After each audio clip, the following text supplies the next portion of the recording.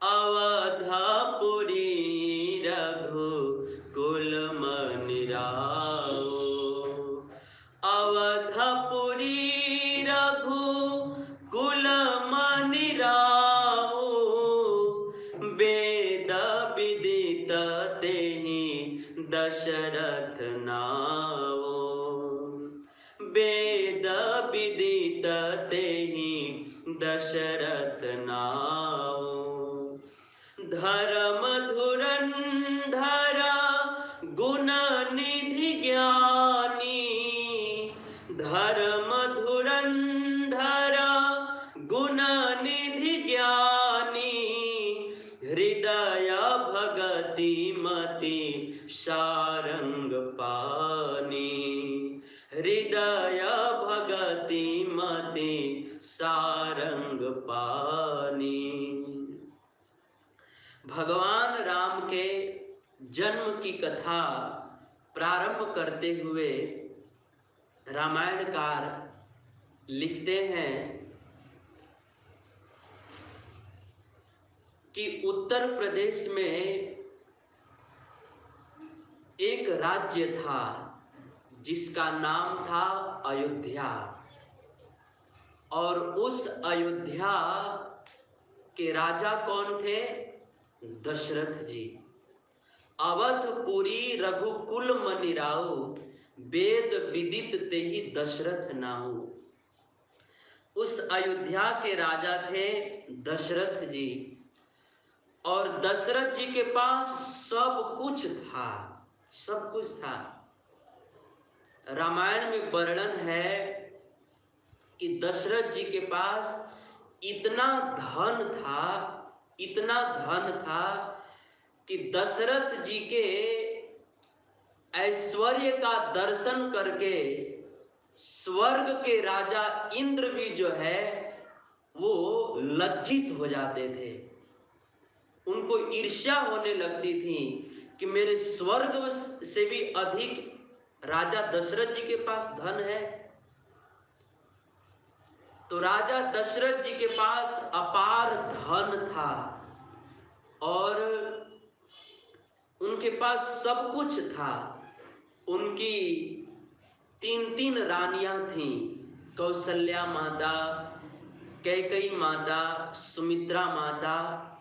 और तीनों रानियां जो है उनके अनुकूल चलने वाली थी, प्रतिकूल नहीं थी कि दशरथ जी कहें कुछ और वो करें कुछ और, ऐसा नहीं। अनुकूल थी, आज्ञाकारिणी थी, पतिव्रता थी। दशरथ जी के पास सब कुछ था, राजपाट था, धन वैभव था, उनके पास बहुत बड़ा पद था, उनका नाम जो है पूरे भूमंडल पर फैला हुआ था, सब कुछ था, अच्छी पत्नियां थी, सब कुछ था, नौकर चाकर सब कुछ था। लेकिन उनके जीवन में एक कमी थी। क्या? कि उनके घर पर कोई पुत्र नहीं थे, उनकी कोई संतान नहीं थी। सब कुछ था लेकिन उनके जीवन में एक कमी थी कि उनके कोई संतान नहीं थे। हमारे आचार्य लोग कहते हैं कि जिस प्रकार से दशरथ जी के पास सब कुछ था लेकिन फिर भी जीवन में एक कमी था, एक कमी था कि उनका कोई संतान नहीं था। इसका मतलब यह है ना कि इस दुनिया में बड़े से बड़े धनवान व्यक्ति के जीवन में भी कोई ना कोई एक कमी जरूर रहती है। हम लोग बहुत करोड़पति, अरबपति, खरबपति आदमी देखते हैं ना, दशरथ जी के तरह ही उनके जीवन में सब कुछ होता है लेकिन फिर भी उनके जीवन में दशरथ जी की तरह ही कोई ना कोई एक कमी रहती है। उनकी कोई ना कोई एक इच्छा जरूर अधूरी रहती है। कहते हैं कि इच्छाओं को पूरा करते करते आदमी का जीवन पूरा हो जाता है, आदमी ही पूरा हो जाता है, लेकिन आदमी की इच्छाएं कभी पूर्ण नहीं होती हैं। कहते हैं कि वस्तुओं को जुटाते जुटाते जो है ना, वस्तुओं से आदमी का पूरा घर भर जाता है, लेकिन आदमी के मन का कोना तो खाली ही रहता है। मन में कुछ न कुछ इच्छाएं रहती ही हैं, और उसमें भी धन संग्रह करने की इच्छा जो है, यह तो आदमी की कभी पूरी ही नहीं होती है। धन संग्रह करने की इच्छा, कहते हैं कि पानी के मिलने पर जो है ना, आदमी की प्यास बुझ जाती है, और भोजन के मिलने पर आदमी की भूख मिट जाती है। लेकिन धन एक ऐसा वस्तु है ना, कि धन आदमी को कितना भी मिल जाए, आदमी को कभी धन से आदमी को कभी तृप्ति नहीं मिलती है, धन की भूख नहीं मिटती है, और बढ़ते ही जाता है।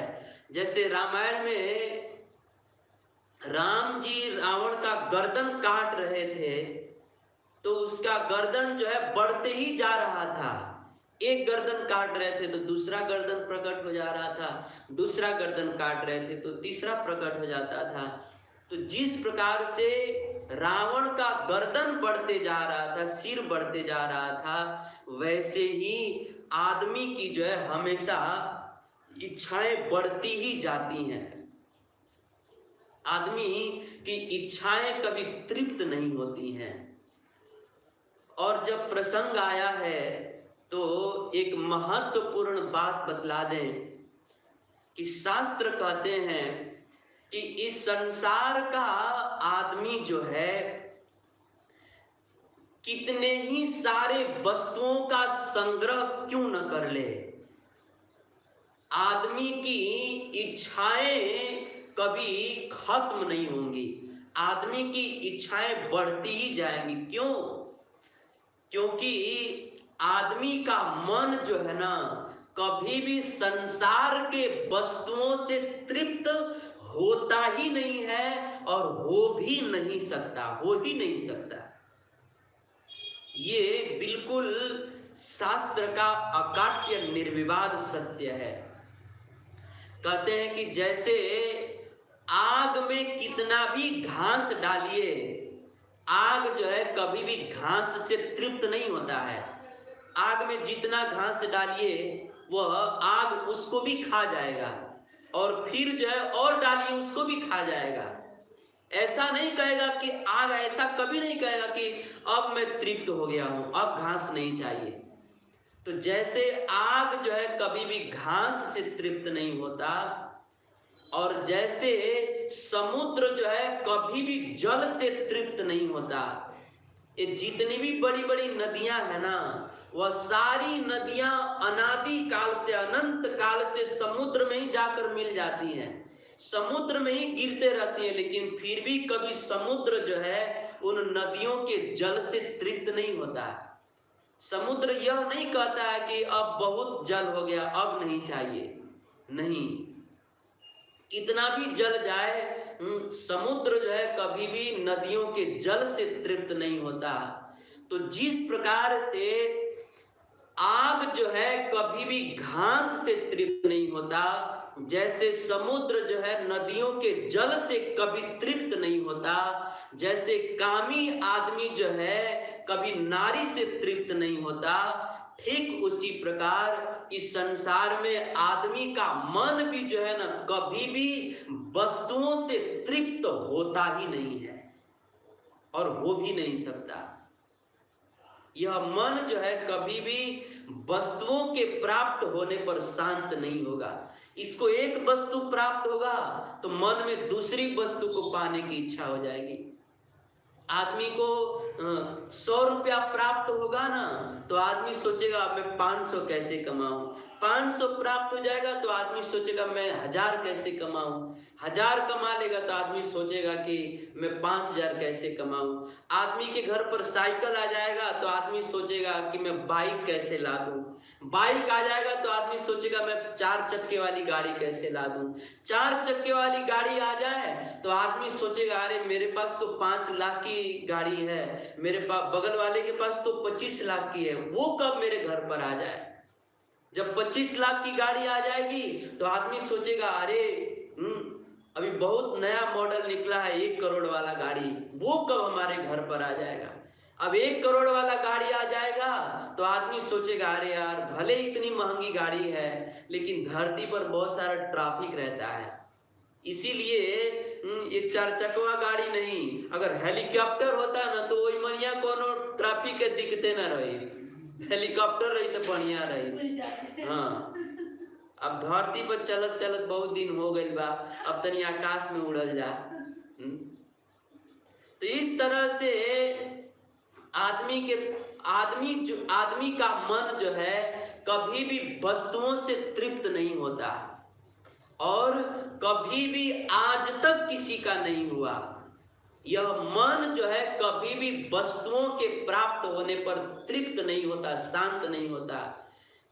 यह मन कब शांत होगा तो हमारे आचार्य लोग कहते हैं कि यह मन जो है जब तक इस मन को भगवान की प्राप्ति नहीं होगी ना तब तक हमारा मन जो है कभी भी शांति को प्राप्त नहीं हो सकता, कभी भी शांति को प्राप्त नहीं हो सकता। इसीलिए हमें जो है ना अपने मन को वस्तुओं को देने का लालच नहीं लगाना चाहिए। हमें जो है ना भगवान को प्राप्त करने का प्रयास करना चाहिए। ये देखिए ये बात बहुत छोटी है, बहुत छोटी है, लेकिन यही बात समझने में ना आदमी को कई महीने और कई साल नहीं कई जन्म लग जाते हैं खाली यही 2 लाइन का बात समझने के लिए। आदमी का मन जो है ना केवल भगवान की प्राप्ति से ही तृप्त हो सकता है, संसार के वस्तुओं से तृप्त नहीं हो सकता। इसीलिए हमें जो है ना भगवान को प्राप्त करने का प्रयास करना चाहिए। इस संसार में कोई कितना भी खरबपति हो गया लेकिन उसके मुख से कभी यह नहीं सुना गया कि अब बहुत कुछ पा लिया अब मुझे कुछ नहीं चाहिए, ऐसा नहीं सुना गया। क्योंकि आदमी का मन कभी संसार के वस्तुओं से तृप्त होता ही नहीं है, इसीलिए किसी के पास अरबों खरबों प्राप्त हो गए लेकिन फिर भी उसका मन तृप्त नहीं हुआ। लेकिन ऐसे हजारों उदाहरण हैं कि कई महात्मा लोग झोपड़े में रहते थे, उनके पास पहनने के लिए केवल एक ही लंगोटी था, 2 लंगोटी नहीं था कि अगर हम एक लंगोटी पहन करके नहाएंगे और वो गीला हो जाएगा तो उसको पसार देंगे फिर दूसरा सूखा हुआ पहन लेंगे। उनके पास 2 लंगोटी भी पहनने के लिए नहीं था, एक ही लंगोटी था, उसी को पहन के नहाते थे, उसी को फिर गार के उसी को पहन लेते थे। 2 लंगोटी भी नहीं था, कुछ नहीं था, लेकिन फिर भी उनको भगवान की प्राप्ति हो गई थी ना तो वो कहते थे अब कछु नाथ ना चाहिए मोरे, अब कछु नाथ ना चाहिए मोरे, दीन दयाल अनुग्रह तोरे। कुछ नहीं था संतों के पास और स्वयं भगवान उनके सामने खड़े होकर कहते हैं कि कुछ मांग लीजिए, तो संत कहते हैं कि प्रभु अब कछु नाथ न चाहिए मोरे, अब कुछ नहीं चाहिए, क्योंकि आप प्राप्त हो गए ना तो प्रभु अब जो है मन में कोई दूसरी वस्तु पाने की कामना ही नहीं रह गई। क्योंकि जब हमारे मन को भगवान की प्राप्ति हो जाती है ना तो फिर कुछ वस्तु पाने की इच्छा नहीं रह जाती, हमारा मन जो एकदम शांत हो जाता है। हमेशा 24 घंटा शांति का अनुभव करता है, आनंद का अनुभव करता है। इसीलिए हमें जो है संसार के वस्तुओं को प्राप्त करने का जहां तक हो सके कम प्रयास करना चाहिए। अगर मन को शांत करना है तो भगवान को प्राप्त करने का प्रयास करना चाहिए। हमारे तुलसीदास जी के पास कुछ भी नहीं था, लेकिन तुलसीदास जी भगवान राम से क्या प्रार्थना करते हैं? आप लोग पढ़ते नहीं है ना तो पता नहीं चलता, पढ़ेंगे तो पता चलेगा। राम जी तुलसीदास जी के सामने खड़े हो गए, बोले तुलसीदास जी कि आप मुझसे जो चाहिए मांग लीजिए, क्या चाहिए आपको बताइए। तुलसीदास जी क्या कहते हैं?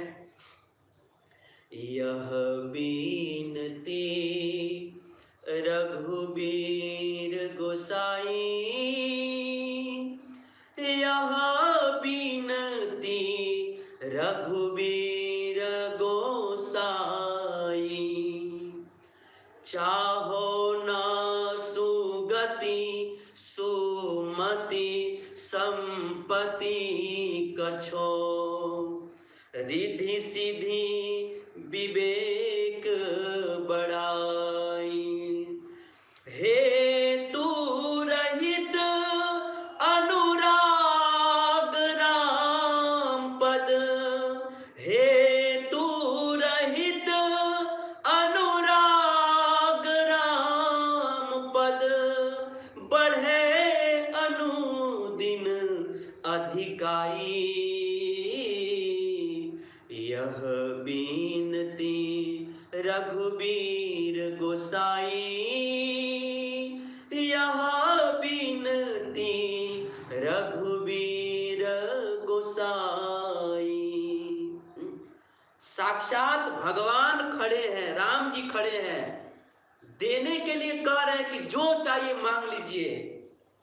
लेकिन तुलसीदास जी क्या भगवान से कहते हैं कि हे प्रभु मुझे कुछ नहीं चाहिए, यहां तक कि संसार की वस्तुएं तो छोड़ दीजिए, मुझे संपत्ति नहीं चाहिए, मुझे अच्छी बुद्धि भी नहीं चाहिए, मुझे बहुत अच्छा विवेक भी नहीं चाहिए, संसार की वस्तुएं तो चाहिए ही नहीं, यहां तक कि हे प्रभु मुझे सद्गति भी नहीं चाहिए, मुझे मुक्ति भी नहीं चाहिए। संसार के संत महात्मा लोग ने संसार की वस्तुओं की तो कामना छोड़ देते हैं, लेकिन उनकी यह तो कामना होती है कि कम से कम अच्छी गति मिल जाए, मुक्ति मिल जाए, यह तो कामना होती है। लेकिन प्रभु मुझे ये भी नहीं चाहिए। तो राम जी ने पूछा आखिर चाहिए क्या?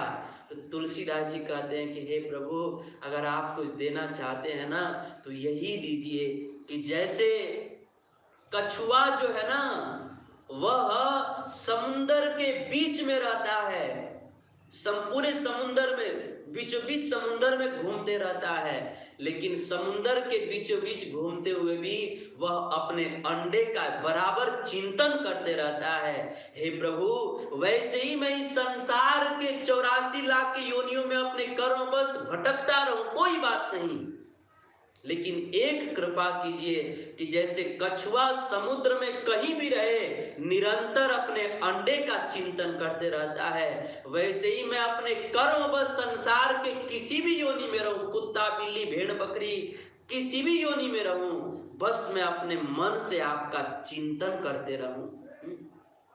हे प्रभु अगर आप देना चाहते हो ना तो यही दीजिए कि जैसे शुक्ल पक्ष में प्रतिदिन दिन प्रतिदिन चंद्रमा बढ़ता है ना, वैसे ही मेरे दिल में दिन प्रतिदिन आपके प्रति प्रेम बढ़ता जाए। हेतु रहित अनुराग राम पद, बढ़े अनुदिन अधिकाई, यह बिनती रघुवीर गोसाई। और मुझे कुछ नहीं चाहिए। तो कहने का भाव ये है कि तुलसीदास जी के पास कुछ नहीं था, लेकिन फिर भी उनको भगवान की प्राप्ति हो गई थी ना, तो उनका मन जो है एकदम शांत था। क्योंकि हमारा मन जो है ना कभी भी वस्तुओं से तृप्त हो ही नहीं सकता। एक वस्तु प्राप्त होगी तो दूसरे वस्तु की कामना आ जाएगी। कभी तृप्त नहीं होगा। हमारा मन कब तृप्त होगा? जब भगवान की प्राप्ति होगी ना, तभी हमारा मन तृप्त होगा, तभी हमारा मन वास्तव में शांत होगा। इसीलिए हमें जो है, अगर वास्तव में हम शांति पाना चाहते हैं ना, 24 घंटा आनंद में रहना चाहते हैं, तो हमें भगवान को प्राप्त करने का प्रयास करना चाहिए। और भगवान की प्राप्ति कैसे होगी? भगवान की प्राप्ति करने का उपाय है कि किसी प्रामाणिक गुरु के निर्देशन में रह करके और उनके आज्ञा का पालन करते हुए भगवान के नाम का जप करना। अगर हम ये करेंगे तब भगवान की प्राप्ति होगी, तब हमारे मन को अखंड शांति मिलेगी। नहीं तो कितनी भी वस्तुएं प्राप्त हो जाए, कभी शांति नहीं मिल सकती। जीवन में कुछ न कुछ इच्छा रहेगी और इच्छा अशांत बनाती रहेगी। तो दशरथ जी के पास सब कुछ था, लेकिन एक कमी थी। क्या कमी थी? कि एक बार भूपति मन माही। रामायणकार लिखते हैं, एक बार भूपति मन माही, एक बार भूपति मन माही, भई गलानी मोरे सुत नाही। सब कुछ था, लेकिन जीवन में एक कमी थी। क्या? कि मेरे कोई पुत्र नहीं है, मेरी कोई संतान नहीं है। अब इस बात का राजा दशरथ जी को इतना दुख हुआ, इतना दुख हुआ कि राजा दशरथ जी इतना बड़ा राजमहल प्राप्त करके, राजा का पद प्राप्त करके, पूरे भूमंडल पर इतना बड़ा नाम यश प्राप्त करके भी उस इतने बड़े राजमहल में अशांत हो गए, बहुत दुखी हो गए। अब दुखी हो गए तो उन्होंने क्या किया? दुखी हो गए तो तुरंत जो है दशरथ जी अपने, ऐसा नहीं सोचे कि चलो दुखी हो गए तो चलो रगड़ के थोड़ा तंबाकू खा लेते हैं। दुखी हो गए तो ऐसा नहीं सोचा कि चलो थोड़ा जाकर एक बोतल शराब पी लेते हैं तो दुख कम हो जाए। लोग गीत गाते हैं ना, मुझे पीने का शौक नहीं, पीता हूँ गम भुलाने के लिए। शराब से दुख कम नहीं होता है, दुख बढ़ता नहीं है। जितना देर नशा रहता है ना, उतना देर दुखिया भुला जाते हैं लोग, उससे दुख खत्म नहीं होता है। तो दशरथ जी ने ये नहीं सोचा कि चलो बहुत दुखी हो गए हैं तो चलो हम थोड़ा जाके शराब पी लेते हैं या थोड़ा सिगरेट फूंक लेते हैं। ऐसा कुछ नहीं सोचा। दुख आया तो दशरथ जी जो है तुरंत अपना राजमहल छोड़ करके गुरु गृह गए, तुरंत महिपाला, तुरंत अपने गुरु वशिष्ठ जी के शरण में गए और जा करके जैसे डंडा पड़ जाता है वैसे ही एक दंडा की भांति अपने गुरु के चरणों में पड़ गए। गुरु गृह गयो तुरंत महिपाला, चरण लागी करी विनय विशाला। गुरु के चरणों में पड़ गए और अपना दिल में जितना भी दुख था, जितना भी शोक था, जितना भी बात था, वो सारा बात जो है अपने गुरु को सुना दिए कि गुरुदेव जीवन का चौथा पन आ गया और अभी तक मुझको एक भी संतान की प्राप्ति नहीं हुई। मेरे मरने के बाद मुझे पिंडदान कौन देगा? हे गुरुदेव, मैं बहुत दुखी हूँ, आप मुझे कुछ उपाय बतलाइए। आचार्यगण कहते हैं कि दशरथ जी के इस प्रसंग से हम सबको शिक्षा मिलती है कि जब हम सबके भी जीवन में दुख आए ना, और दुख आएगा ही, दुख आएगा ही। इस संसार में हम चाहे कितना भी भजन करें, भक्ति करें, दुख आएगा ही। हम छाता लगा लेंगे तो बारिश बंद नहीं होगा, हम कोट पहन लेंगे तो ठंडी भाग नहीं जाएगी। हम छाता लगा लेंगे फिर भी बारिश आएगी, वैसे ही हम भक्ति करेंगे तो भी दुख आएगा। लेकिन फिर भी भक्ति करते रहेंगे तो उस दुख से प्रभावित नहीं होंगे, लेकिन दुख जरूर आएगा।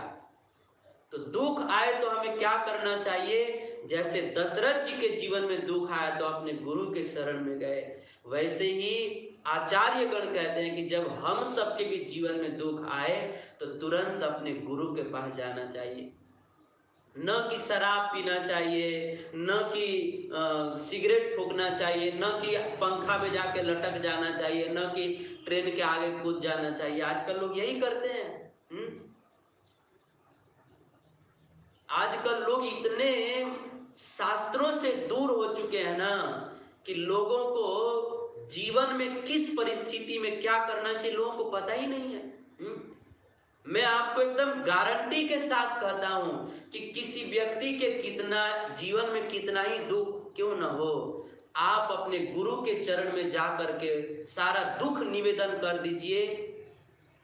आपका सारा भले दुख दूर नहीं होगा, लेकिन आपका मन इतना हल्का हो जाएगा जैसे हमारे सिर पर से कोई पूरा 1000 किलो का वजन उतार करके रख दिया। आजकल के लोग के जीवन में दुख आता है ना, तो आजकल सुनने को मिलता है कि उसने फांसी लगा लिया। अभी कुछ दिन पहले, शायद 2-4 दिन पहले ही कोई लड़का था, वो किसी लड़की से विवाह किया और लड़की जो है थोड़ा अच्छी नहीं थी, तो वो लड़का जो है लड़की को दोष दे करके और खुद जाके फांसी लगा लिया। अरे दुष्ट आदमी। ऐसे कितने सारे केस पढ़ने को, सुनने को, देखने को मिल रहे हैं। ऐसा लोग इसलिए करते हैं क्योंकि वो शास्त्र को न पढ़ते हैं न सुनते हैं। हम सबके जीवन में ना एक गुरु होना चाहिए, ऐसा गुरु कि जिसके चरण में बैठ करके हम अपना पूरा दिल खोल करके रख दें कि मेरे दिल में ये है। और जब हम ऐसा करते हैं ना तो एकदम गारंटी है कि हमारा पूरा दुख दूर हो जाता है। इसलिए जब जीवन में दुख आए ना तो हमें अपने गुरु के पास जाना चाहिए और अपना सारा दुख उनको बताना चाहिए। कभी संसार को नहीं बताना चाहिए, नहीं तो हमारे रहीमदास जी कहते हैं, रहीमन विपदा हु भली भूली न कहिए कोय, हंसी उड़ई है मजाक उड़ई है बांट न लई है कोई। हमारे जीवन में कोई दुख आएगा तो हम अगल बगल वाले किसी से कहेंगे ना, तो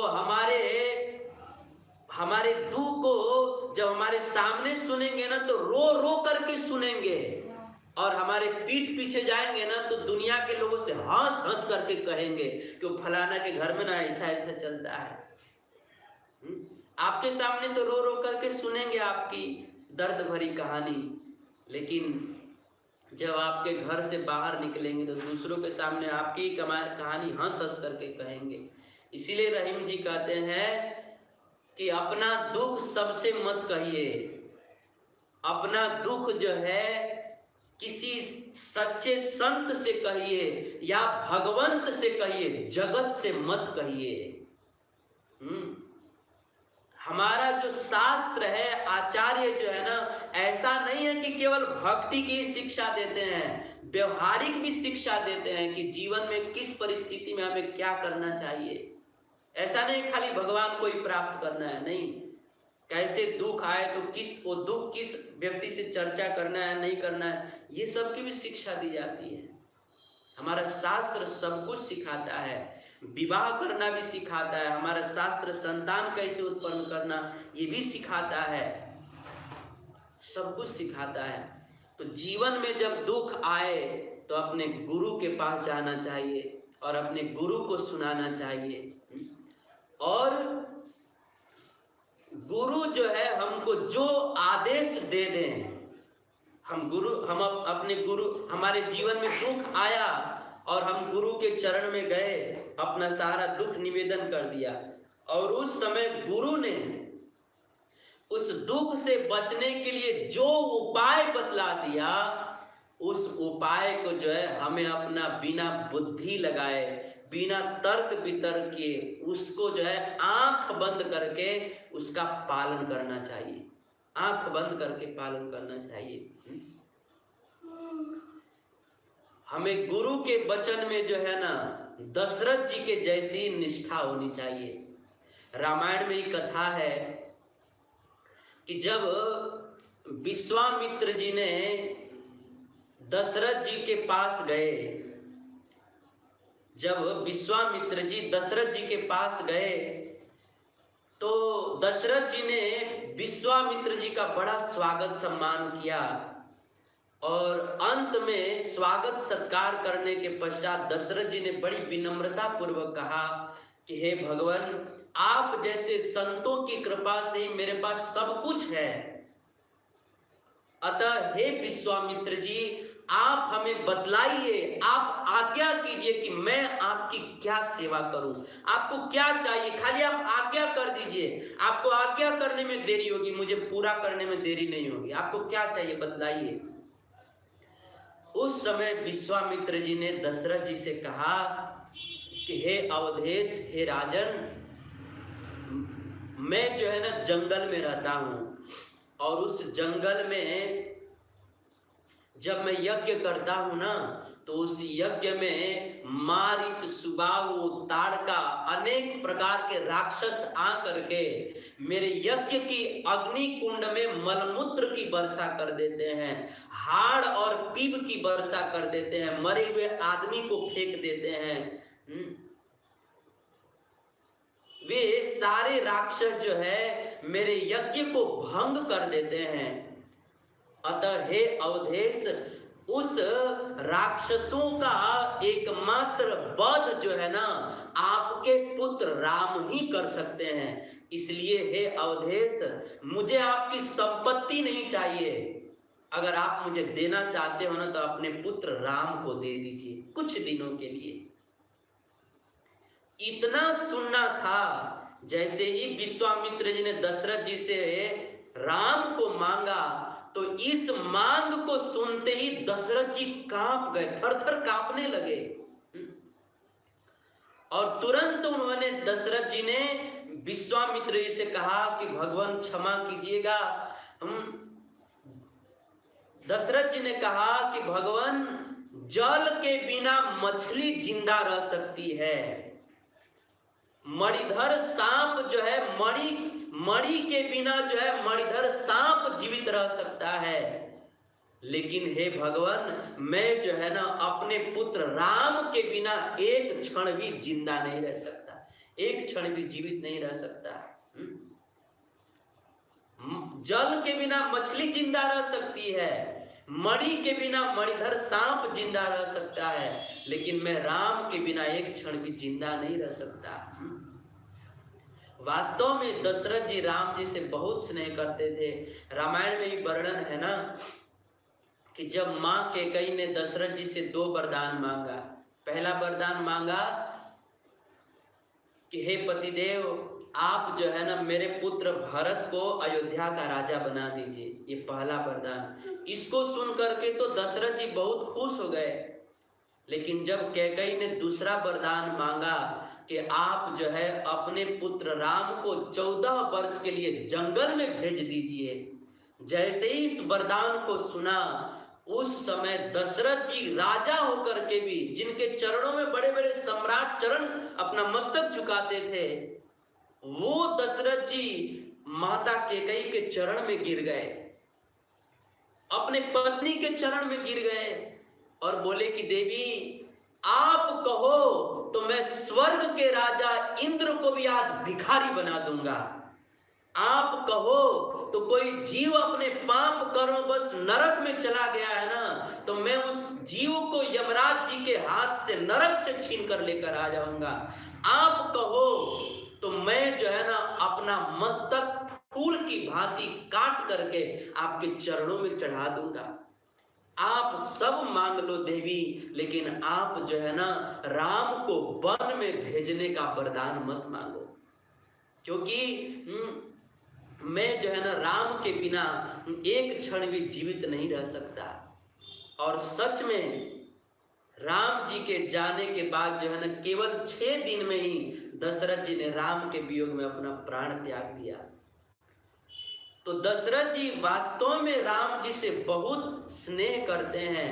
और उसी राम को जब विश्वामित्र जी ने दशरथ जी से मांगा तो दशरथ कांप गए। दशरथ जी ने कहा कि भगवान हे विश्वामित्र जी, आप कहिए तो मैं आपको करोड़ों गाय दे दूं, आप कहिए तो मैं आपको पूरा राजपाट दे दूं, आप कहिए तो मैं आपका जो कुटिया है घास फूस का उसको मैं सोने का महल बनवा दूं, आप कहिए तो आपको मैं किसी राज्य का राजा बना दूं, आप कहिए तो मैं जो है आपको हजारों नौकर चाकर दे दूं, आप जो चाहिए मांग लीजिए। और की बात छोड़िए विश्वामित्र जी, आप कहिए ना कि मुझे प्राण चाहिए तो मैं प्राण भी निकाल करके आपको दे दूंगा, मैं प्राण भी दे दूंगा। लेकिन हे भगवान, मैं क्षमा चाहता हूं, मैं प्राण तो दे सकता हूं लेकिन मैं राम को नहीं दे सकता, राम को नहीं दे सकता।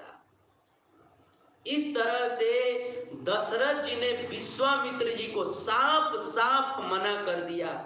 दशरथ जी किसी भी शर्त पर राम जी को देने के लिए तैयार नहीं थे। लेकिन रामायण में वर्णन है कि दशरथ जी यद्यपि देने के लिए तैयार नहीं थे, लेकिन एक बार दशरथ जी के गुरु वशिष्ठ जी ने कह दिया ना दशरथ जी को कि दशरथ जी, आप जो है अपने पुत्र राम को विश्वामित्र जी के हाथ में दे दीजिए।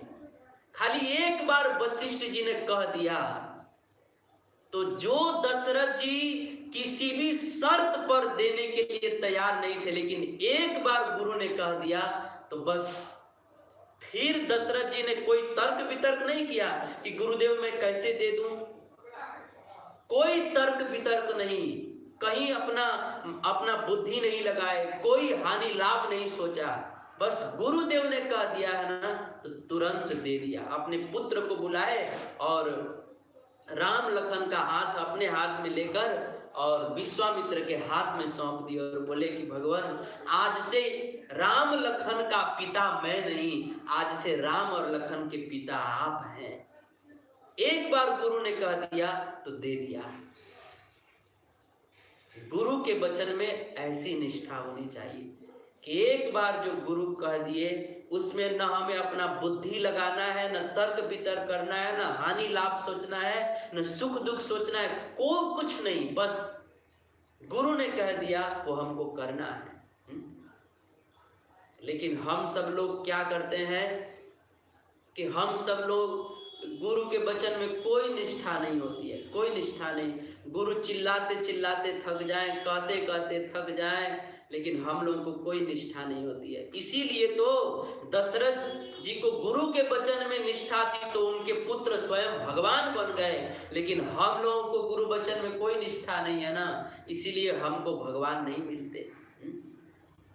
रामायण में रामायणकार लिखते हैं, गुरु के वचन प्रतीति न जेहि, गुरु के वचन प्रतीति न जेहि, सपने हु सुगम न सुख सिद्धि देहि, सपने हु सुगम न सुख सिद्धि देहि।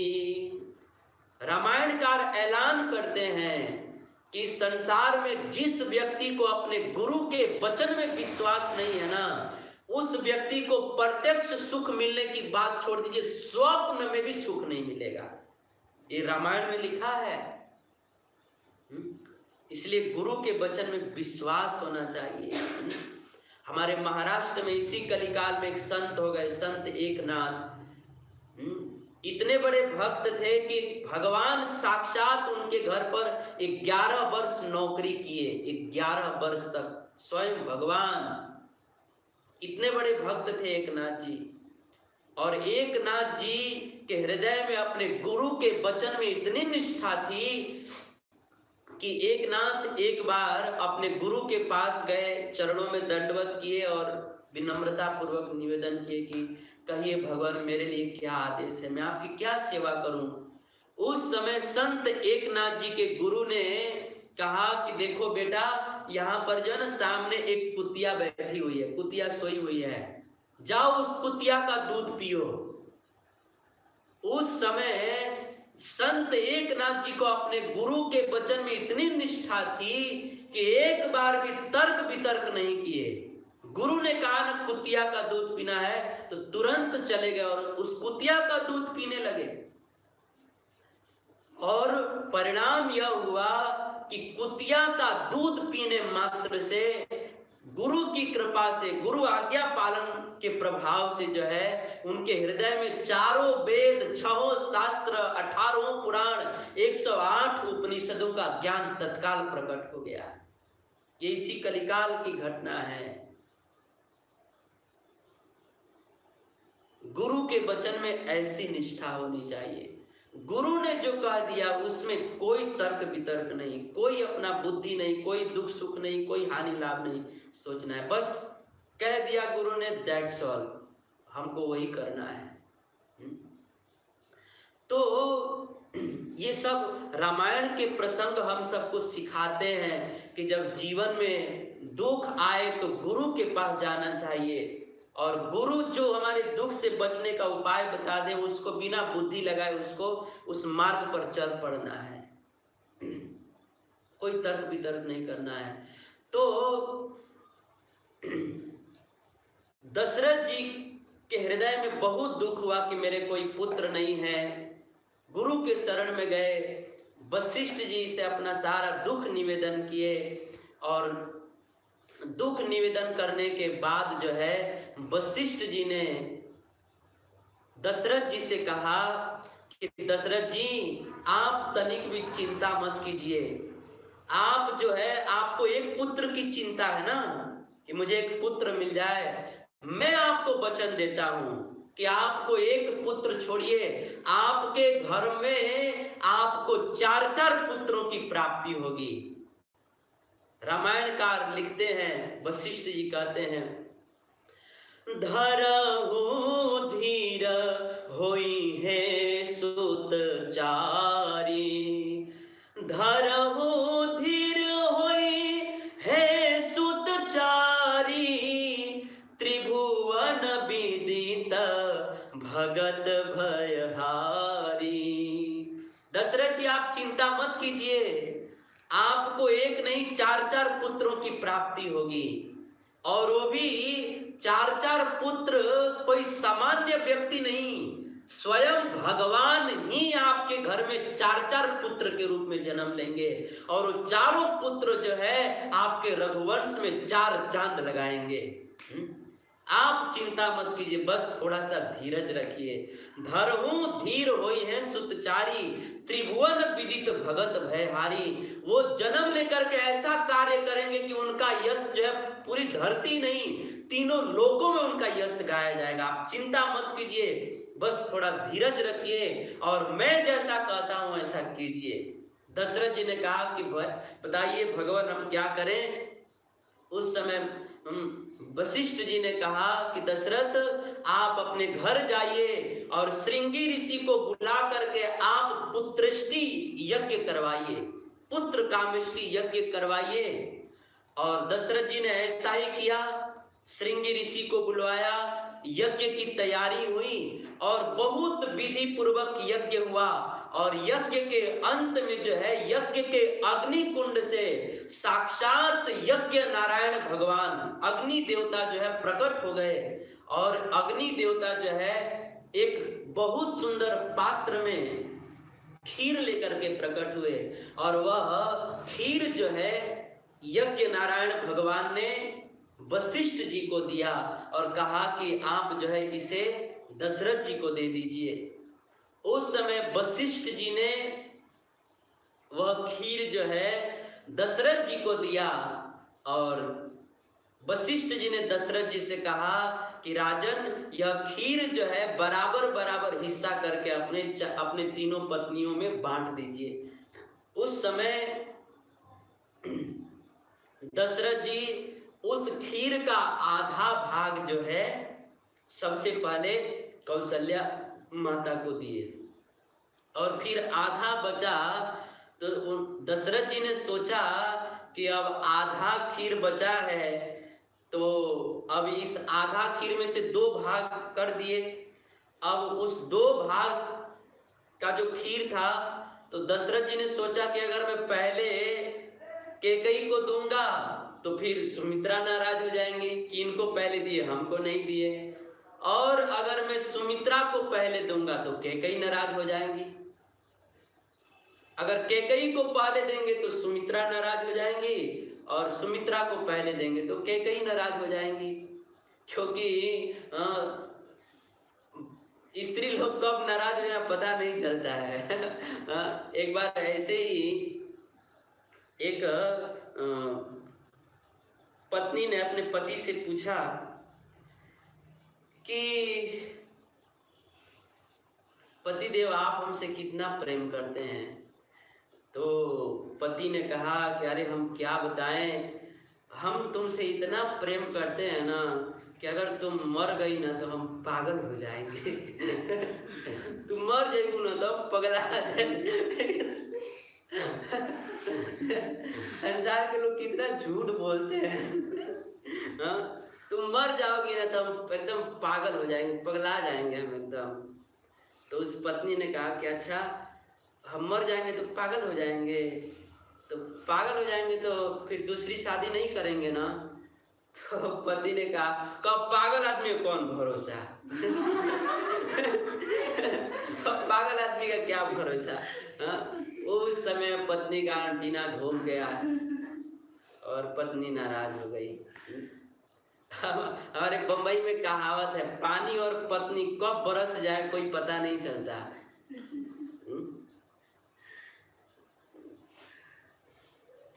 एक बार एक पत्नी ने अपने शादी के बाद अपने पति से पूछा कि पति देव आप शादी के पहले तो बड़ी बात करते थे हमसे, रोज रोज फोन करते थे, रोज रोज हाल चाल लेते थे, रोज रोज वीडियो कॉल करते थे, सुबह शाम मुझ देवी जी का दर्शन करते थे, खाली पूजा ही नहीं करते थे, रोज रोज दर्शन करते थे। वाह, देवी जी का दर्शन हो गया, आज हमारा दिन पूरा मंगलमय हो गया। वाह, दुर्गा जी का दर्शन हो गया। तो शादी के पहले तो रोज रोज आप बात करते थे, रोज रोज आप फोन करते थे, लेकिन सदिया के बाद जो है बात करना क्यों छोड़ दिए? सदिया के बाद बात करना क्यों छोड़ दिए? उस समय पति ने कहा पागल हो, मछुआरा ना मछरिया के पकड़े से पहले बहुत दाना डाले लग, लेकिन एक बार मछरिया पकड़ा जाले ना ओकरा बाद तुमको वो दाना में ना डाले लग। तो इसी तरह से ना बस शादी के पहले बस पकड़ में आ जाओ एक बार, और इसके बाद तो एक भी दान में नहीं डालेंगे। तो इतना सुनना था कि पत्नी नाराज हो गई। नाराज हो गई, झगड़ा भी हो गया। उस समय पति ने पति पत्नी को मारने लगा। तो पत्नी ने पूछा इतनी छोटी सी बात पे मार क्यों रहे? तो पति ने कहा क्या रे पगली तू चिंता मत कर, आदमी मारता भी है उसी को जिससे प्रेम करता है। हम तारा से बहुत प्रेम करनी है, सब तारा का मारता नहीं। उस समय वो पत्नी जो है एक लाठी लेके आई और लाठी से ऐसा धुनाई शुरू किया, ले दनादन ले दनादन। और पत्नी ने कहा तारा का लगा तो हम तारा से प्रेम ना करेंगे। तू का अंतर तू ही हमरे से प्रेम करे लो, हम तारा से प्रेम ना करनी। तो कहाँ से कहाँ आ गए जी? हाँ, खीर बांटा जा रहा था।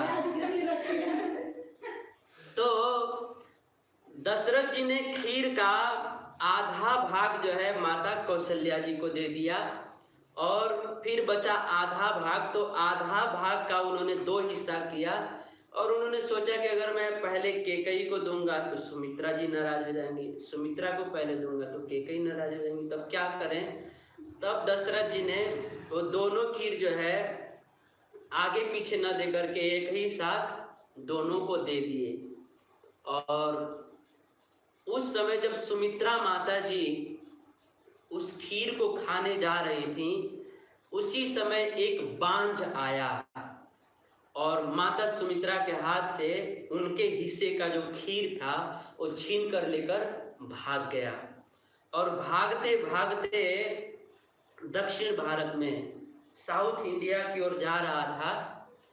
तो सुबह सुबह के समय में एक दूसरे बांझ ने देखा, तो दोनों एक दूसरे से आकाश में झगड़ा करने लगे। तो उसी समय अंजनी माता, हनुमान जी की माता, भगवान के सामने प्रार्थना कर रही थी और दोनों हाथ फैलाकर भगवान से कुछ वरदान मांग रही थी। उसी समय उन बांझ लड़ने लगे तो खीर जो है बांझ से छूट गया और वो खीर जो है माता अंजनी के हाथ में गिर गया। और माता अंजनी जो है प्रार्थना कर ही रही थी और उन्हें वो समझी कि भगवान का कृपा प्रसाद मिल गया, और उस कृपा प्रसाद को माता अंजनी खा गई और उसी से जो है हनुमान जी महाराज जी का जन्म हुआ। ऐसी कथा आती है। इसीलिए हनुमान जी को राम जी का भाई भी कहा जाता है। तो सुमित्रा जी का हिस्से का खीर जो है बांध लेकर चला गया। उस समय कैकेयी माता और कौशल्या माता ने अपने हिस्से के खीर में से थोड़ा थोड़ा निकाल करके सुमित्रा जी को दिया। तो उस समय सुमित्रा मैया इतना प्रसन्न हुई कि सुमित्रा माँ ने कहा, दोनों अपनी बहनों को कहा कि देखो बहनों, अगर आप दोनों के दिए हुए खीर से अगर मुझे 2 पुत्र की प्राप्ति होगी ना, तो मैं जो है अपने दोनों पुत्रों को, आप दोनों के जो पुत्र होंगे ना, उन दोनों पुत्रों की सेवा में मैं अपने दोनों पुत्रों को लगा दूंगी। और हुआ भी ऐसा ही। कौशल्या माता के गर्भ से जन्म लिए राम जी, और माता कैकेयी के गर्भ से कौन जन्म लिए? भरत जी। और सुमित्रा के गर्भ से जन्म लिए लखन जी और शत्रुघ्न जी। तो जब सुमित्रा माता के गर्भ से लखन जी और शत्रुघ्न जी 2 बालक जन्म लिए, तो माता सुमित्रा जी ने अपने वचन के अनुसार अपने एक पुत्र लखन जी को जो है माता कौशल्या के पुत्र राम जी की सेवा में लगा दी, और अपने एक पुत्र शत्रुघ्न जी को जो है माता कैकेयी के पुत्र भरत जी की सेवा में लगा दी। अपना जो उन्होंने वचन दिया था उसको पूरा किया। धन्य है ऐसी सुमित्रा माता जो अपने दोनों पुत्रों को राम और भरत की सेवा में लगा दी। तो ये तो आगे घटना हुई। उस समय माता, तीनों माताओं ने उस यज्ञ से प्रकट खीर को ग्रहण किया, और उस खीर से जो है तीनों माताएं समय आने पर गर्भवती हो गई। गोस्वामी जी रामायण में लिखते हैं, यही बीती गर्भ सहित सब नारी, भई हृदय हर्षित सुख भारी, जा दिन ते हरि गर्भ ही आए, सकल लोक सुख संपत्ति छाए। उस खीर को खा करके समय आने पर तीनों माताएं गर्भवती हो गईं, और जिस दिन से वह माताएं गर्भवती हुई और जिस दिन से कौशल्या माता के गर्भ में साक्षात भगवान प्रवेश किए, उसी दिन से माता कौशल्या का गर्भ जो है वैकुंठ बन गया। अयोध्या का राजमहल जो है वह मंदिर बन गया। क्योंकि मंदिर किसे कहते हैं? जहां पर भगवान होते हैं उसको मंदिर कहते हैं। तो अयोध्या के राजमहल में रहने वाली माताओं के गर्भ में स्वयं भगवान ही, एक ही भगवान तीनों माताओं के गर्भ से जो है अलग अलग रूप में प्रवेश किए हैं। इसीलिए तीनों माताओं का गर्भ जो है वैकुंठ बन गया। तीनों माताएं जिस महल में रहती थी वह अयोध्या का राजमहल मंदिर बन गया। और जिस दिन से भगवान उनके गर्भ में प्रवेश किए, सबसे बड़ा फायदा ये हुआ कि उनके मुख पर हमेशा प्रसन्नता की ललिमा छाई रहने लगी। ऐसा लगता था कि उनके मुख से मुस्कान की अमृत धारा बह रही है। उनके मुख पर हमेशा मुस्कान की ललिमा छाई रहती थी। क्योंकि भगवान जब गर्भ में आते हैं ना, तो भगवान आनंद कंद हैं। ऐसे आनंद कंद भगवान जब तीनों माताओं के गर्भ में प्रवेश किए, तो तीनों माताओं का मुख जो है, उनके मुख पर प्रसन्नता की ललिमा छा गई। हमारे संत कहते हैं कि इसी तरह से जब हम लोग जो है ना अपने जीवन में भगवान को धारण कर लेते हैं ना, तो हम लोगों के जीवन में 24 घंटा प्रसन्नता की ललिमा छाई रहती है। लेकिन हम सब लोग अच्छे से भगवान को अपने जीवन में धारण नहीं करते हैं, इसीलिए मुरझाए रहते हैं, मरे रहते हैं। ऐसा लगता है कि अब मर जाए, इतना दुख में रहते हैं कि ऐसा लगता है कि 90% तो चल गए बड़े, अब 10-15% बाढ़ कुछ। हम लोग भगवान को अच्छे से जीवन में नहीं धारण करते हैं तो मरे रहते हैं, एकदम मरे रहते हैं। लेकिन तीनों माताओं ने अपने गर्भ में भगवान को धारण किया, इसलिए बहुत प्रसन्न रहती थी। क्योंकि जिस भगवान का नाम भी अगर किसी भक्त के जीभ पर आ जाता है तो उस भक्त को कितना आनंद मिलता है। तो जिस भगवान का नाम जीभ पर आ जाए तो भक्त आनंदित हो जाता है। तो फिर आज साक्षात वही भगवान जिन माताओं के गर्भ में प्रवेश कर गए हैं तो उनको कितना आनंद मिल रहा होगा, बड़ी आनंद में थी। और इतना ही नहीं, जितने दिन तक भगवान जो है माताओं के गर्भ में रहे, अथवा तो भगवान जब माताओं के गर्भ में प्रवेश किए ना, उसी दिन से तीनों माताओं की सुंदरता बढ़ने लगी। जैसे शुक्ल पक्ष में चंद्रमा रोज रोज बढ़ता है ना, वैसे ही भगवान जब माताओं के गर्भ में प्रवेश किए, तीनों माताओं के गर्भ में, तो उनकी सुंदरता, उनकी शोभा बढ़ने लगी।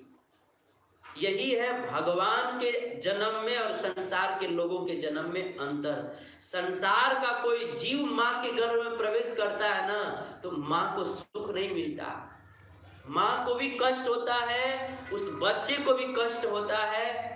और कभी कभी तो प्रसव के समय माता को इतना कष्ट होता है कि कितनी माताएं तो प्रसव के समय अपना प्राण भी त्याग देती हैं। कई माताएं प्रसव का पीड़ा सहन नहीं कर पाती हैं। तो संसार का जीव किसी माँ के गर्भ में प्रवेश करता है तो उस माँ को कष्ट होता है, लेकिन भगवान किसी माँ के गर्भ में प्रवेश करते हैं तो उस माँ को गर्भ धारण का कष्ट नहीं होता, उल्टा आनंदित हो जाती हैं। और संसार का कोई जीव माँ के गर्भ में प्रवेश करता है तो दिन प्रतिदिन माँ की सुंदरता क्षीण होने लगती है। ये नियम है कि जिस दिन से बच्चा गर्भ में प्रवेश करता है उसी दिन से माता की सुंदरता घटने लग जाती है। लेकिन भगवान जब गर्भ में प्रवेश किए उस दिन से तीनों माताओं की शोभा रोज रोज बढ़ने लगी, उनकी सुंदरता बढ़ने लगी, बिना पाउडर लगाए, बिना क्रीम लगाए, बिना फेयर लवली लगाए उनकी सुंदरता बढ़ने लगी। अब गोस्वामी जी कहते हैं कि इस तरह से भगवान जब गर्भ में आए तो कब 9 महीना पूरा हो गया इसका भी पता नहीं चला। अब जो है धीरे धीरे भगवान के प्राकट्य का समय आ गया, और भगवान के प्रकट होने से पूर्व जो है सब जितने भी जोग है, लगन है, ग्रह है, बार है, तिथि है, सब अनुकूल हो गए। जैसे जब भारत के प्रधानमंत्री कहीं जाते हैं तो उनके जाने से पहले जो है, जैसे मान लीजिए भारत के प्रधानमंत्री अगर बनारस जा रहे हो तो उनके बनारस पहुंचने से पहले सब कुछ ठीक कर दिया जाता है। सब कुछ हमें याद है, हमने पढ़ा है कि जब इंदिरा गांधी जी बनारस में आ रही थी, जब वो देश की प्रधानमंत्री थी, तो जब वो बनारस में आ रही थी तो बनारस में जितने भी भिखारी थे सारे भिखारियों को हटा दिया गया था, भगा दिया गया था। बहुत सैनिक, बहुत सारा देख रेख सुरक्षा सब कुछ तैनात कर दिया गया, पूरा बनारस को साफ कर दिया था, क्लीन कर दिया गया था।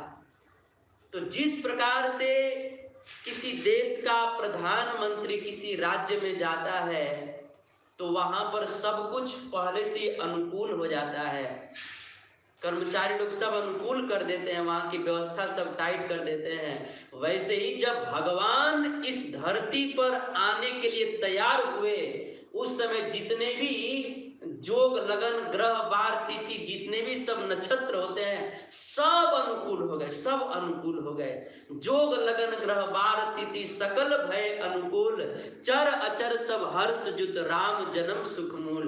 अब धीरे धीरे वह पावन दिन आ गया जिस दिन भगवान प्रकट हुए थे, अर्थात आज का दिन आ गया। भगवान किस दिन प्रकट हुए थे?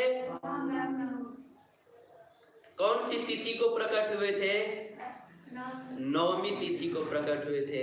रामायण में रामायणकार लिखते हैं, नवमी तिथि मधुमास पुनीता, नवमी तिथि मधुमास पुनीता, शुक्ल पक्ष अभिजित हरि प्रीता, मध्य दिवस अति शीत न धामा, मध्य दिवस अति शीत न धामा, पावन काल लोक विश्रामा। भगवान नवमी तिथि को प्रकट हुए थे। अब एक प्रश्न होता है कि भगवान जो है नवमी तिथि को ही क्यों प्रकट हुए?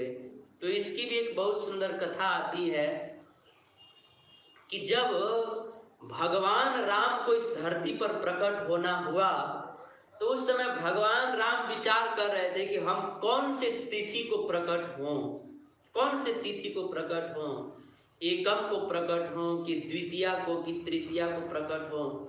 भगवान ये विचार कर ही रहे थे, तब तक भगवान के सामने सारी तिथियां आकर खड़ी हो गई और सब तिथियां कहने लगी, प्रभु आप मेरे तिथि में प्रकट हो जाइए।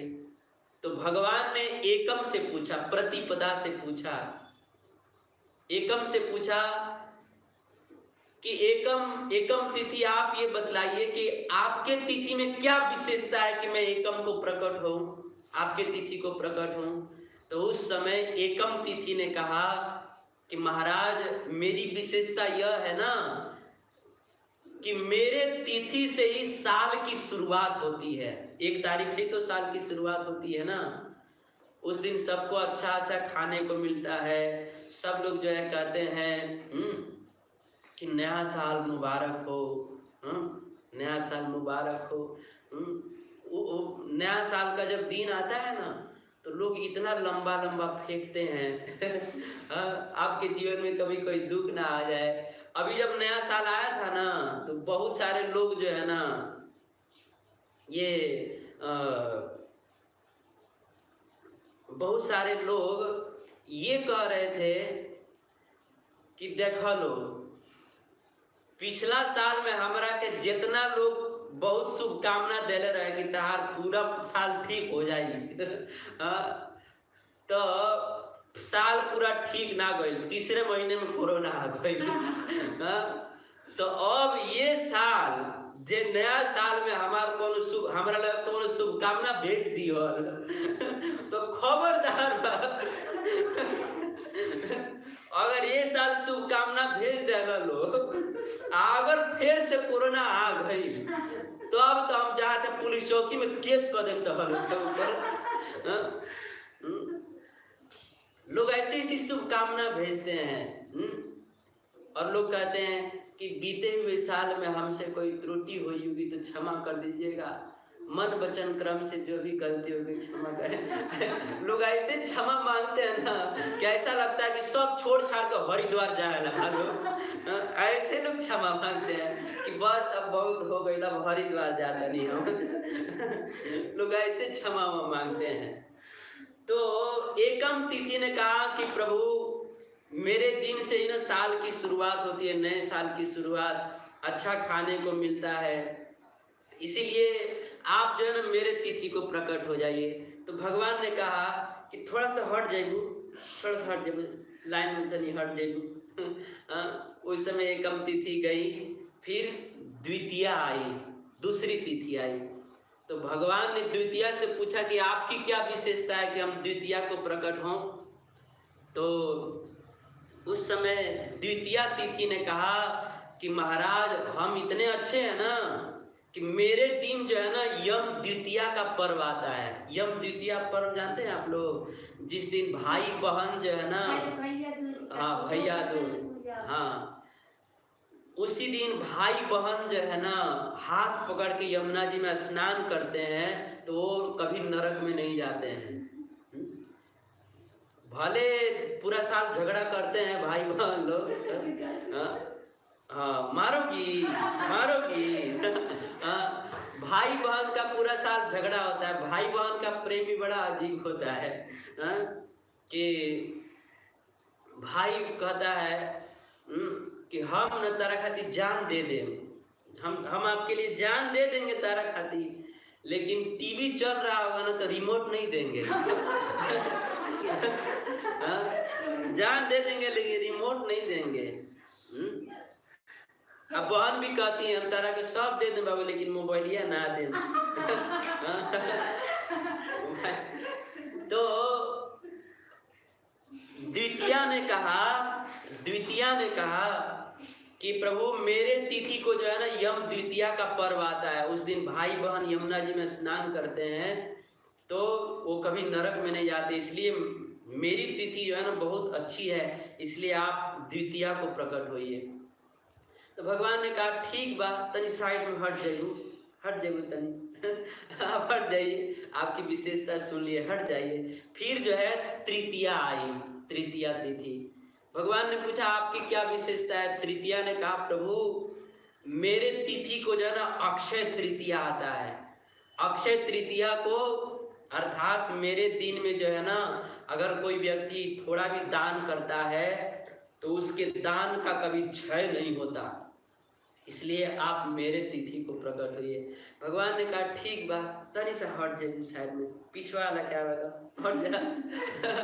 हट जाइए, पीछे हट जाइए, पीछे वाले को आने दीजिए। फिर तृतीया हट गई, फिर चतुर्थी आई।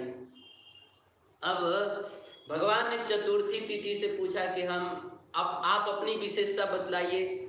तो चतुर्थी ने कहा कि प्रभु आपको पता है गणेश जी ना आपका नाम जप करते रहते हैं और चतुर्थी के दिन ही जो है ना गणेश जी का जन्मदिन आता है, गणेश चतुर्थी। और गणेश चतुर्थी के दिन जो है लोग लड्डू खाते हैं, आपके भक्त गणेश जी की पूजा करते हैं, इसलिए हे प्रभु आप जो है ना मेरे चतुर्थी को प्रकट हो जाइए। भगवान ने कहा ठीक बात, तनी से हट जा, पीछे वाला क्या होता। पीछे बहुत लोग खड़ा बा, हट जा, हट जाइए। उस समय चतुर्थी तिथि को हट गई। फिर पंचम तिथि आई। भगवान ने पूछा कि आप अपनी विशेषता बतलाइए। पंचम तिथि ने कहा कि प्रभु मेरी तो विशेषता बहुत विशेष है क्या कि पंचम तिथि मतलब पंचमी को जो है ना आप जिस शेष नाग पे सोते हैं ना उस नाग भगवान को बहुत पीने को दूध मिलता है। नाग पंचमी को, पंचमी को ही नाग पंचमी आता है, मेरे दिन में ही नाग पंचमी आता है। आप जिस पर सोते रहते हैं ना उनको उस दिन बहुत दूध मिलता है पीने को, इसलिए आप मेरी तिथि को प्रकट हो जाइए। और प्रभु हम क्या बतलाएं, हमारा तिथि इतना अच्छा है ना पंचमी तिथि, कि पूरे साल भर जो है ना, जो बहू सास को ठंडा पानी पीने के नहीं पूछती है ना, वो जो है ना नाग पंचमी के दिन अपने सास को गरम गरम दूध पिलाती है। और वो भी जो है ना काजू पिस्ता बादाम डाल करके पिलाती है, हाँ? क्योंकि सास जो है, बहू जो है सास को क्या समझती है, नागिन समझती है। इसीलिए सास को एकदम जो है नाग पंचमी के दिन पूरा गरम गरम दूध करके पिलाती है, काजू पिस्ता डालकर। तो इस तरह से आप जो है मेरे पंचमी तिथि को प्रकट हो जाइए। फिर षष्ठी ने भी अपनी विशेषता बतलाई, सप्तमी तिथि ने भी अपनी विशेषता बतलाई, फिर अष्टमी तिथि ने भी कहा कि प्रभु मेरी अष्टमी तिथि को जो है दुर्गाष्टमी आता है, दुर्गा जी का जन्म आता है, कृष्ण भगवान का जन्म भी अष्टमी को ही हुआ था, इसलिए आप मेरी तिथि को प्रकट हो जाइए। भगवान ने कहा कि हम विचार करेंगे, थोड़ा साइड हट जाइए। फिर अंत में नौमी तिथि आई। भगवान ने नौमी तिथि से पूछा कि आपकी क्या विशेषता है। उस समय नौमी तिथि रोने लगी कि प्रभु मेरी कोई विशेषता नहीं है, मेरे दिन तो कोई पर्व ही त्योहार नहीं आता है, मैं तो बहुत अशुभ हूँ, मेरे दिन तो कोई पर्व ही नहीं आता है, मेरी कोई विशेषता नहीं है। उस समय भगवान ने नौमी तिथि का हाथ पकड़ लिया और भगवान ने कहा कि देखो मेरे रहते हुए आज के बाद आप कभी भी अपने आप को अनाथ मत मानना, क्योंकि जिसका कोई नहीं होता है उसका मैं होता हूँ। जाओ नौमी तिथि मैं तुमको वचन देता हूँ कि मैं न तो एकम को प्रकट होऊंगा, न द्वितीया को, न तृतीया को, न चतुर्थी को, न पंचमी को, न षष्ठी को, न सप्तमी को, न अष्टमी को, मैं जो है ना आपके नौमी तिथि में ही प्रकट होऊंगा। क्योंकि आप जो है आपकी कोई विशेषता नहीं है, तो मैं नौमी तिथि को ही प्रकट होऊंगा। तो भगवान ने नौमी तिथि को वचन दिया था, इसीलिए नौमी तिथि को भगवान प्रकट हुए थे। अब जो है रामायणकार गोस्वामी तुलसीदास जी लिखते हैं कि धीरे धीरे भगवान के प्राकट्य का समय आ गया, और भगवान के प्राकट्य के समय पूरी प्रकृति की कैसी दशा थी अब उसका वर्णन करते हैं। आइए हम लोग कीर्तन करते हुए भगवान को प्रकट किया जाए। हरे कृष्णा कृष्णा कृष्णा हरे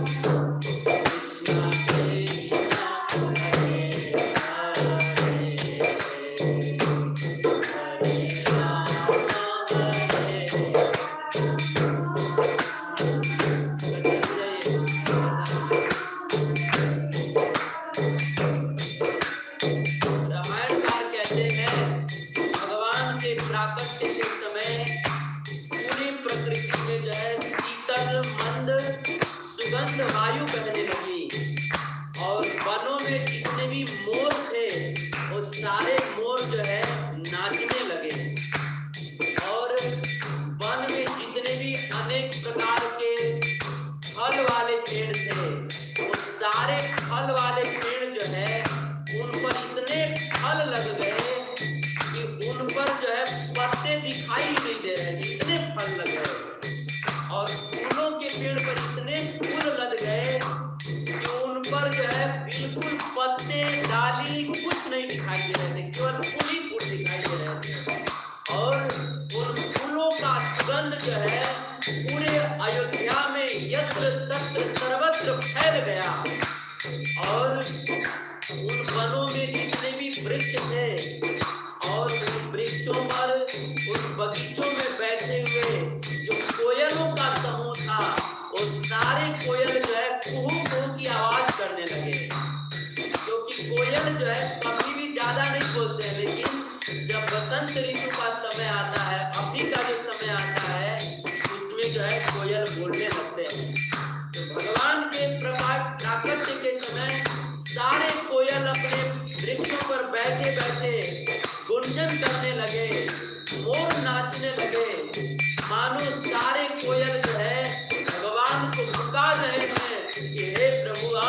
मत कीजिए, आप प्रकट हो जाइए।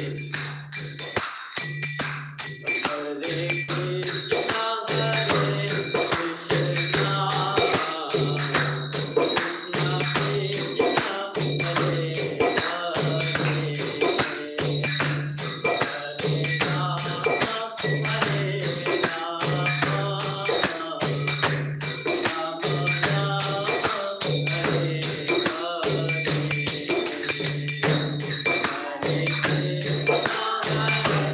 गाइए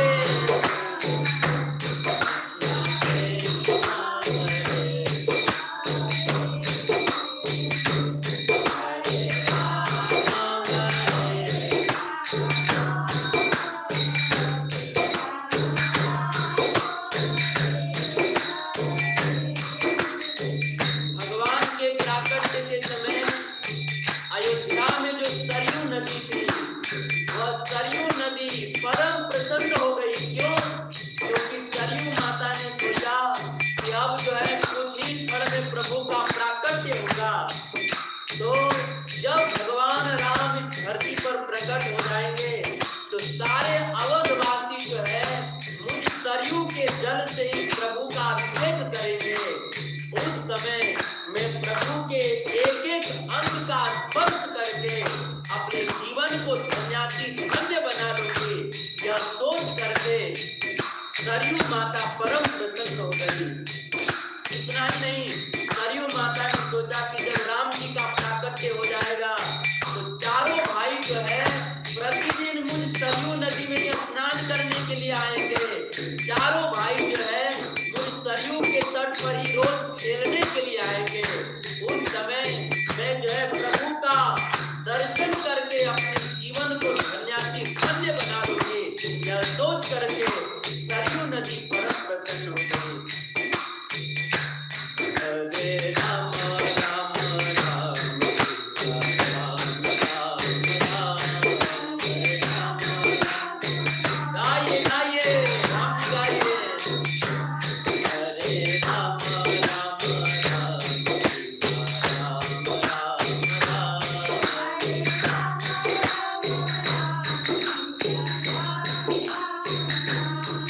हरे राम राम राम सीता, राम राम राम, हरे राम राम,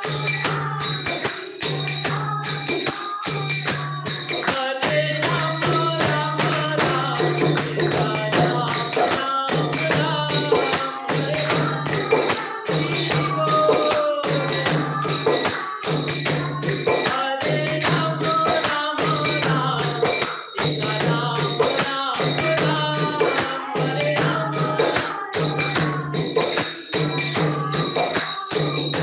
भगवान के प्राकट्य के समय अयोध्या में जितने भी वनों में पेड़ थे और उसमें भी जो फूल के पेड़ थे, वो सारे फूल के पेड़ परम प्रसन्न हो गए। क्यों? क्योंकि फूलों ने सोचा कि अब कुछ ही क्षण में प्रभु का प्राकट्य होगा तो सारे अवधवासी हम फूलों को तोड़ कर ले जाएंगे और सुंदर माला बना करके हमको जो है प्रभु के गले में पहना देंगे। तो हम जो है प्रभु के गले में लटक लटक करके उनके शरीर के एक एक दिव्य अंग का स्पर्श करके अपने जीवन को धन्य बना देंगे। यह सोच करके सारे फूल के पेड़ परम प्रसन्न हो गए।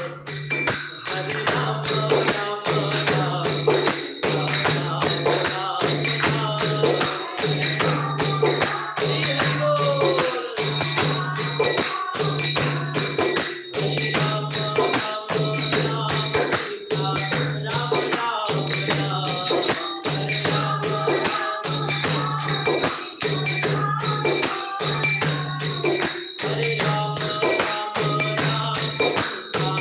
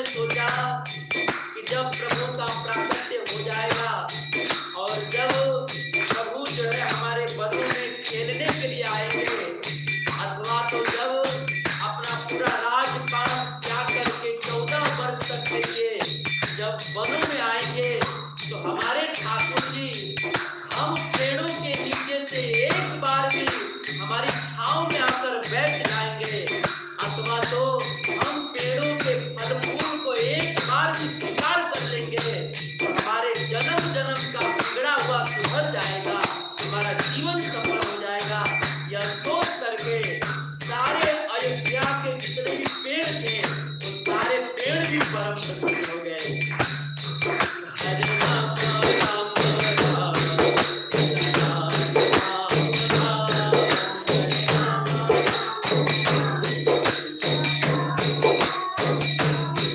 हरे राम राम राम सीता राम राम राम हरे राम। गाइए गाइए सब लोग गाइए। हरे राम राम राम सीता राम राम राम हरे राम।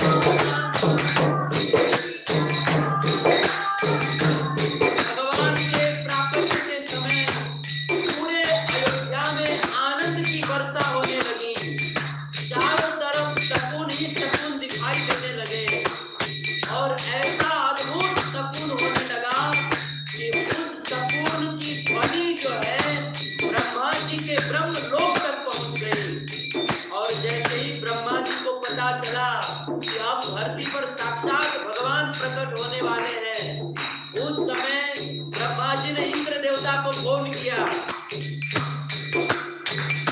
ब्रह्मा जी ने शिव जी को फोन किया, जितने भी देवता हैं सबको व्हाट्सएप किया कि आप लोग व्हाट्सएप बंद कीजिए, फेसबुक बंद कीजिए। अब हमारे ठाकुर जी प्रकट होने वाले हैं, अपना अपना परफेक्ट कार्ड निकालिए।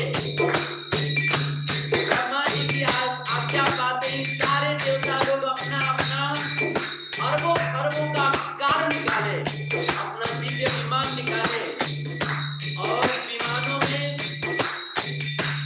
सारे देवताओं ने स्वर्ग के सुगंधित फूलों को रख लिया।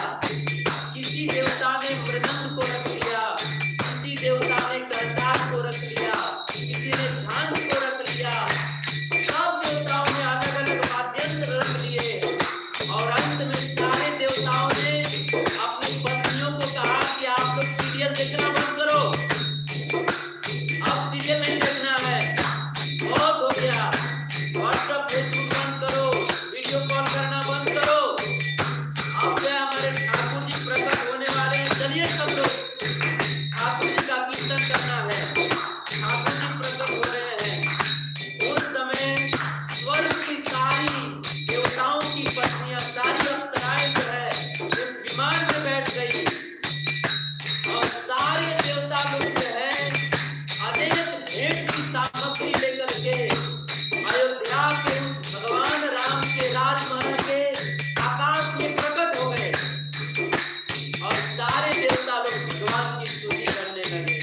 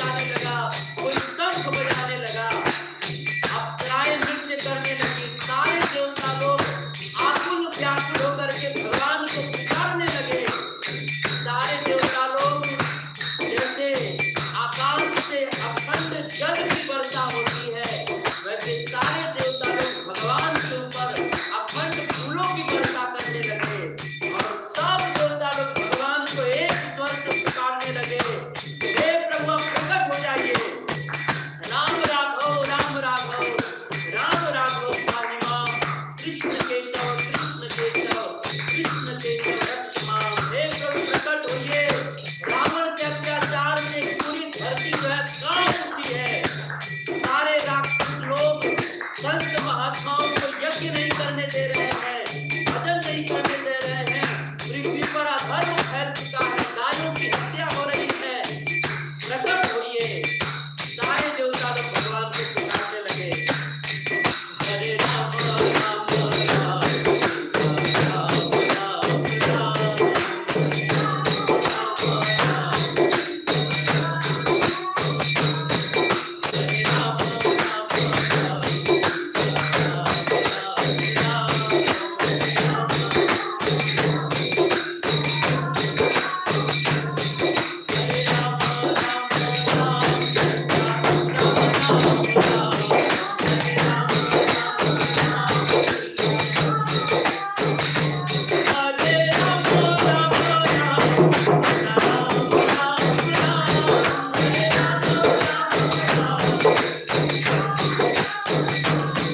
रामायण में वर्णन है, जब भगवान ने देखा कि सारे देवता लोग करुण कंठ से मुझे पुकार रहे हैं, पृथ्वी पर